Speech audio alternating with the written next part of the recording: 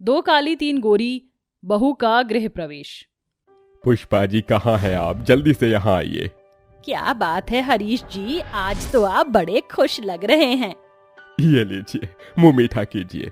पुष्पा जी, मैं हमारे पांचों बेटों का रिश्ता पक्का करके आया हूँ। क्या बात है पिताजी, ये लड्डू किस खुशी में खिलाए जा रहे हैं? ये लो, तुम तीनों भी लड्डू खाओ भाई। तीनों खुश होकर लड्डू खाने लगते हैं। पिताजी आप बात तो बताइए। मैंने तुम्हारी शादी पक्की कर दी है। ये देखो, तुम्हारी होने वाली पत्नियों की तस्वीर। किसे पूछकर आपने हमारी शादी तय की पिताजी? हम ये शादी नहीं करेंगे। सुना आपने पुष्पा, ये क्या कह रहे हैं? अजी ठीक ही तो कह रहे हैं। ये जरा देखिए तो इन लड़कियों को कितनी काली कलूटी हैं। सोचिए जरा, एक ऐसी काली लड़की हमारे घर की बहू बनकर आएगी तो रिश्तेदारों में कितनी हंसी उड़ेगी हमारी। पुष्पा जी, इंसान की सुंदरता उसके रूप से नहीं बल्कि गुणों से देखी जाती है। तुम तीनों को अपनी मर्जी से शादी करनी है तो करो, मगर अर्जुन और यश की शादी अर्पिता और मेघा से होगी। अब शादी की तैयारियां शुरू हो जाती हैं और पुष्पा के पांचों बेटों की शादी काले रंग की अर्पिता, मेघा और गोरे रंग लावण्या, काव्या और रिया से हो जाती है। अरे वाह, मेरे बेटों की पसंद तो एकदम जबरदस्त है। तीनों बहुएं एकदम चांद का टुकड़ा जो लाए हैं। और एक मेरे नास पति की पसंद, दो काली बहुएं ले आए हैं। और तो और एक फूटी कौड़ी भी दहेज में नहीं दिया इनके भिखमंगे मायके वालों ने। ओहो सासू माँ, दहेज के बदले चलता फिरता काला धन तो ससुराल भेज दिया है।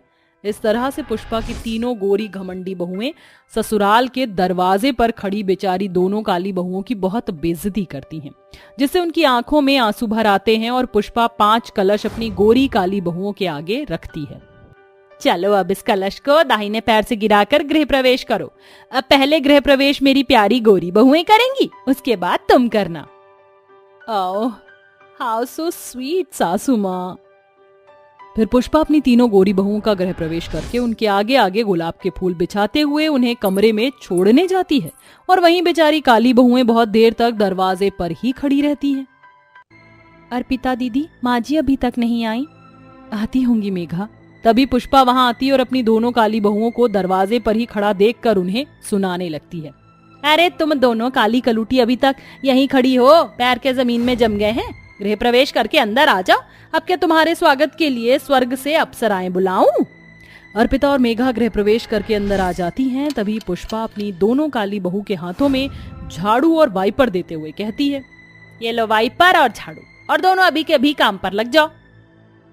माँ जी, हम दोनों बहुत थक गई हैं, सफाई हम सुबह कर देंगी। ज्यादा बहाने मत बना, वरना जिस दरवाजे से तुम दोनों का गृह प्रवेश करवाया वहीं से गेट आउट भी कर दूंगी। ये सुनकर अर्पिता भर आई आंखों से अपनी सास से कहती है, नहीं माँ जी, भगवान के लिए ऐसा मत कहिए। हमारे गरीब माँ बाबू जी ने हमारी शादी बहुत मुश्किल से की है, और शादी के बाद तो एक लड़की के लिए उसका ससुराल ही उसका घर होता है। ज्यादा भाषण झाड़ने की जरूरत नहीं है, चुपचाप काम करो। फिर पुष्पा काव्य के रूम में दूध लेकर जाती है। ओफो कबीर, जरा धीरे दबाओ, मुझे दर्द हो रहा है। ओके बेबी, अब ठीक है? ची ची ची, ये आजकल की लुगाइयां अपने हस्बैंड से एकदम फ्रैंक होके खुल्लम खुल्ला बातें करती हैं। क्या करूं, दूध देने जाऊं कि नहीं? फिर पुष्पा दूध लेके अपनी गोरी बहू के कमरे में आती है, जहां कबीर काव्या के पैर दबा रहा होता है। अब माँ, आप यहाँ? ये क्या काव्या बहू तो मेरे बेटे से अपने पैर दबवा रही थी? पत्नी के लिए उसका पति परमेश्वर होता है। ओह प्लीज सासू माँ, ये आपका जमाना नहीं है, और वैसे भी कबीर आपका बेटा था, but now he is my husband. Understand, you better understand. अपनी गोरी बहू को इस तरह से घमंड में बातें करते देखकर पुष्पा को बहुत बुरा लगता है और वो दूध रखकर चली जाती है। वहीं दोनों काली बहुएं देर रात तक सफाई करके सोती हैं और अगली सुबह जल्दी भी उठ जाती हैं। वहीं तीनों गोरी बहुएं देर से रेडी होकर कमरे से बाहर आती हैं। अरे आ गई मेरी तीनों प्यारी बहुएं, मगर बड़ी देर लगा दी। सो व्हाट सासू माँ, हमारी नई नई शादी हुई है और फिर हम मेकअप कर रही थी। इन बहन जी की तरह थोड़ी ऐसे ही आ जाते। वैसे तुम तीनों बहुत सुंदर लग रही हो। घर की बहू बनने के बाद आज तुम्हारा ससुराल में पहला दिन है, तो तुम तीनों अपनी पहली रसोई में गाजर का हलवा बना दो। बाकी का खाना ये दोनों काली बहुएं बना लेंगी। सासू माँ, ये फालतू के रिचुअल्स करने में हम तीनों बिल्कुल भी इंटरेस्टेड नहीं हैं। मगर रिया, ये रस्म है, क्या तुम तीनों हमारी माँ की खुशी के लिए इतना भी नहीं कर सकती? ओ प्लीज रणवीर, अब सासू माँ के साथ तुम शुरू मत हो। फाइन, बना रहे हम हलवा। ये बोलकर पुष्पा की तीनों गोरी घमंडी बहुएं गुस्से में किचन में आती हैं। माँ जी, हमें भी बता दीजिए हमें क्या बनाना है। ये रही खाने की लिस्ट, जाओ और जाकर ये सब बनाओ। मेघा और अर्पिता खुशी से खाना बनाने लगती हैं। वहीं गोरी बहुएं भुनभुनाते हुए हलवा बनाती हैं। कदम कबर में पढ़ने को है, मगर फरमाइश गाजर का हलवा खाने की है बुढ़िया की। देवरानी जी, ये तुम माँ जी के बारे में किस तरह से बातें कर रही हो? वो हमारी सास हैं।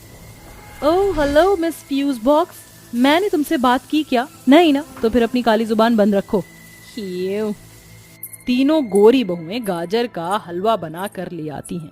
वहीं दोनों काली बहू भी अपना बनाया हुआ सारा खाना मेज पर परोसती हैं, जिसे खाकर हरीश खुश होकर कहता है, अरे वाह अर्पिता बहू, मेघा बहू, तुम दोनों ने बहुत ही स्वादिष्ट खाना बनाया है।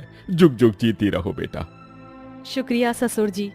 अरे रिया बहू, लावण्या बहू, काव्या बहू, ये कैसा कोयले जैसा जला हुआ हलवा बनाया है तुमने?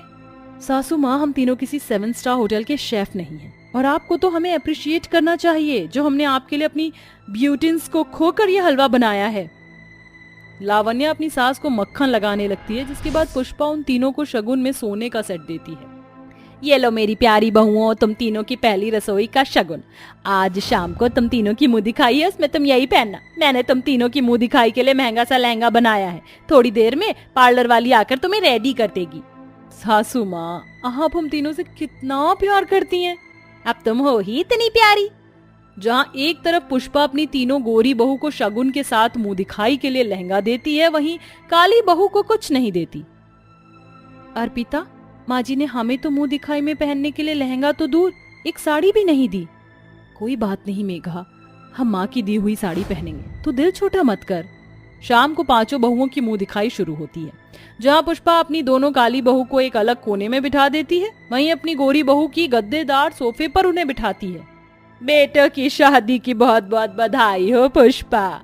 शुक्रिया कामनी जी, आइए ना।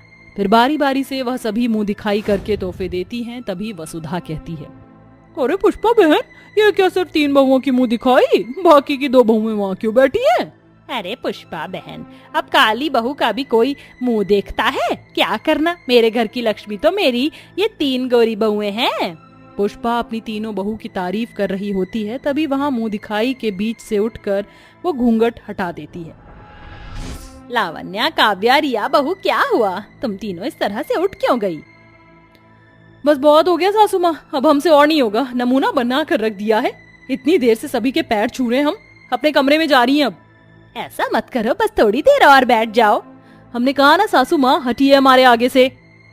ऐसा कहते हुए लावण्या अपनी सास को धक्का दे देती है और पुष्पा जमीन पर गिर जाती है। तभी अर्पिता और मेघा उसे संभालती हैं। माँ जी, आप ठीक तो हैं? आपको लगी तो नहीं? उठिए माँ जी। देख लिया पुष्पा, अभी कुछ देर पहले तुम अपनी जिन 3 बहुओं की तारीफ कर रही थी, वो तुम्हें धक्का देकर चली गई, और अपनी जिन दोनों बहुओं के बारे में इतना बुरा भला कह रही थी, वो तुम्हें उठा रही हैं। पुष्पा, तुमने अपनी तीनों बहुओं की सिर्फ सुंदर सूरत देखी, एक बार इन दोनों के दिल में भी झांक कर देख लिया होता कि इनके दिल में तुम्हारे लिए कितनी इज्जत भरी हुई है। वसुधा के तानों भरी बातें पुष्पा की आंखें खोल देती है। वो अपनी गलती पर पछताते हुए कहती है, मुझे माफ कर दो बहुओं, सच में मैंने तुम दोनों के साथ बहुत ही गलत किया है। बहुएं तो घर की लक्ष्मी होती हैं, और मैंने तुम्हें जरा सा भी मान नहीं दिया, बल्कि तुम्हारा अपमान किया। माँ जी, हमारे लिए आप हमारी माँ हैं, तो फिर आपकी डांट बातों का क्या बुरा मानना। मैंने तुम दोनों का गृह प्रवेश तो ठीक से नहीं किया, मगर तुम्हारी मुंह दिखाई अच्छे से करना चाहती हूँ। चलो यहाँ बैठो।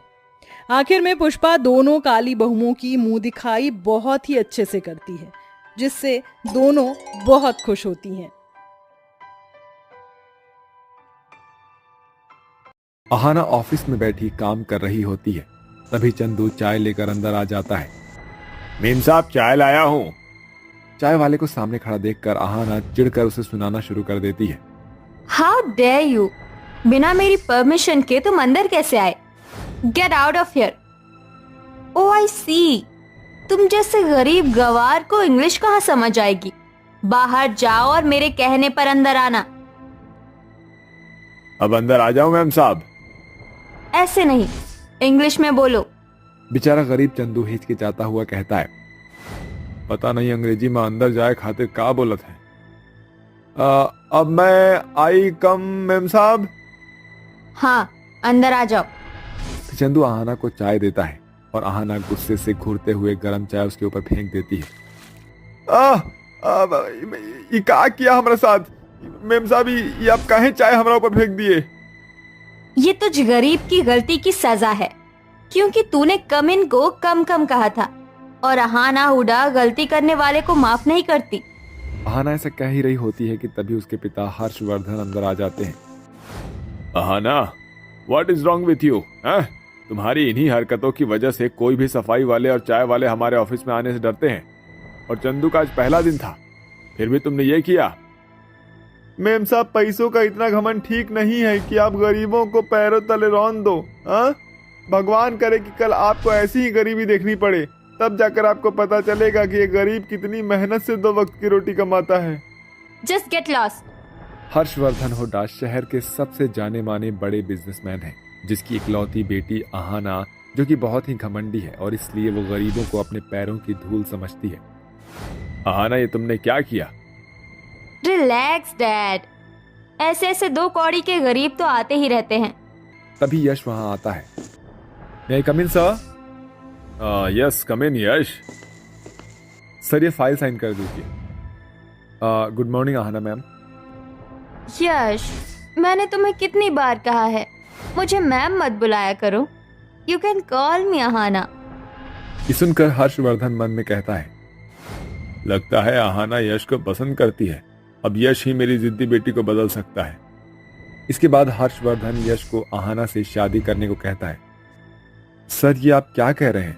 आप तो जानते हैं ना कि मैं गरीब परिवार से हूँ, और आप खुद ही सोचिए कि आप जैसे बड़े बिजनेसमैन की बेटी मेरे साथ खुश कैसे रह पाएगी। यश, अब एक तुम ही हो जो मेरी बेटी के घमंड को खत्म कर सकते हो और उसे यह एहसास दिला सकते हो कि एक इंसान 2 वक्त की रोटी कैसे कमाता है। आहाना से शादी कर लो। आज तुम्हारे सामने तुम्हारे बॉस नहीं, एक गरीब बाप हाथ जोड़कर खड़ा है। इसके बाद यश शादी के लिए हाँ कर देता है और बड़े ही धूमधाम से हर्षवर्धन अपनी बेटी की शादी यश से करके ड्राइवर से आहाना को उसके ससुराल विदा कर देता है। तभी आधे रास्ते में बहुत जोरों से बारिश शुरू हो जाती है और कुछ देर बाद गाड़ी आकर टूटे फूटे से झोपड़ी के बाहर रुकती है। ड्राइवर, गाड़ी यहाँ क्यों रोक दी? आहाना घर आ गया। व्हाट? ये है मेरा ससुराल? आहाना भरी बारिश में गाड़ी से उतर जाती है और ड्राइवर गाड़ी लेकर चला जाता है। आहाना यश के साथ अंदर आती है, जहां बारिश के चलते जगह जगह से उसके गरीब ससुराल की कच्ची छत टपक रही होती है और फटी पुरानी साड़ी पहनी हुई गरीब गायत्री बारिश के पानी को बर्तन और बाल्टी में भर रही होती है। ओह गॉड, कहाँ फंस गई मैं? मेरा ससुराल कितना गरीब है। माँ देखो कौन आया है, आपकी बहू।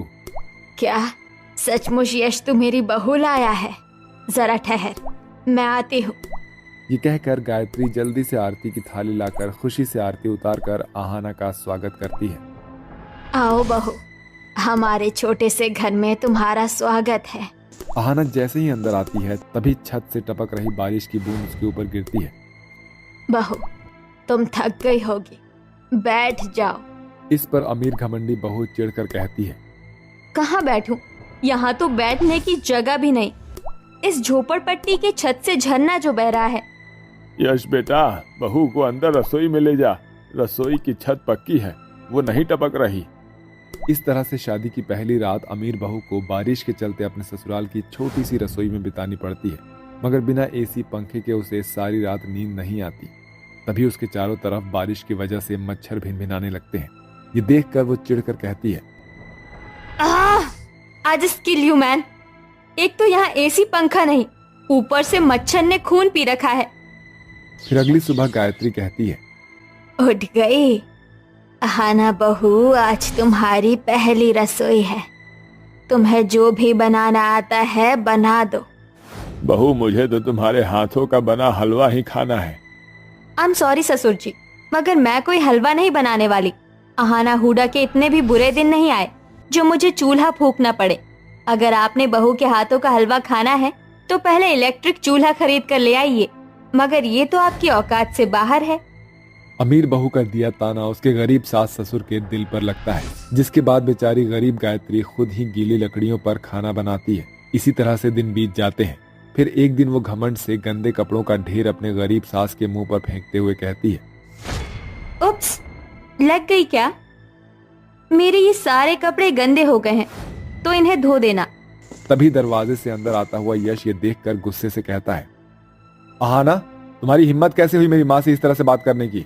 हाँ, बहू हो ना तो बहू बनकर रहो, वरना सोच लेना। वरना क्या कर लोगे? हाँ, मुझ पर चिल्लाने की गलती मत करना। आहाना हुडा नाम है मेरा। हाँ जानता हूँ, अमीर बाप की बिगड़ी हुई औलाद हो ना तुम, मगर अब तुम एक गरीब घर की बहू हो और आज से तुम्हें अपना खाना खुद से बनाना होगा और ये कपड़े भी तुम खुद से धोगी।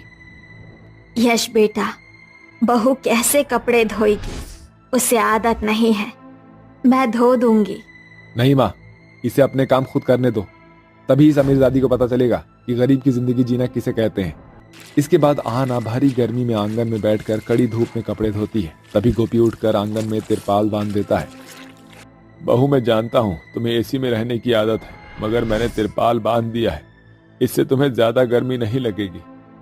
कपड़े धोने के बाद आहाना को भूख लग जाती है और वो चूल्हे पर खाना बनाने लगती है, मगर चूल्हे के धुएं के चलते उससे खाना नहीं बनता और उसे यूं परेशान होता देखकर गायत्री से रहा नहीं जाता। ओह गॉड, ये मिट्टी का चूल्हा तो मुझसे जल ही नहीं रहा है, क्या करूं? मैं जानती हूँ बहू, तुझे बहुत तेज की भूख लगी है।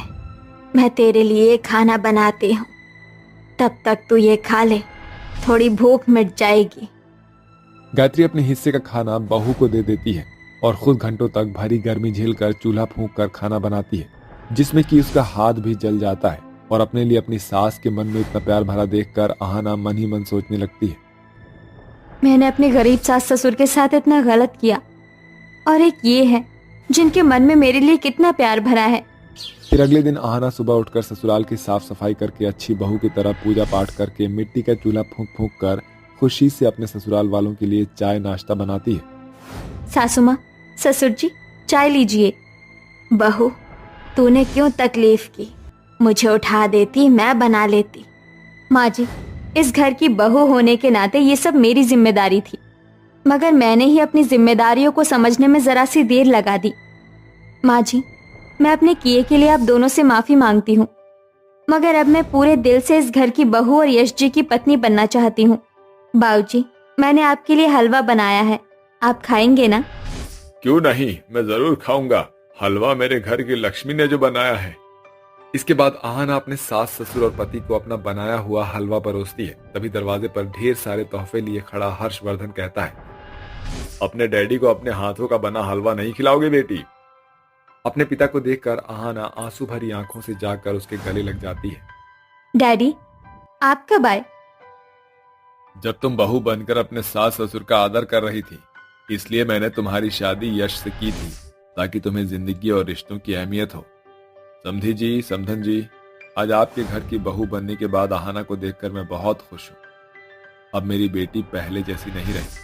इसके बाद हर्षवर्धन अपनी बेटी को शादी के तोहफे में एक खूबसूरत घर देते हैं, जहां आहाना अपने गरीब ससुराल वालों के साथ खुशी खुशी रहने लगती है।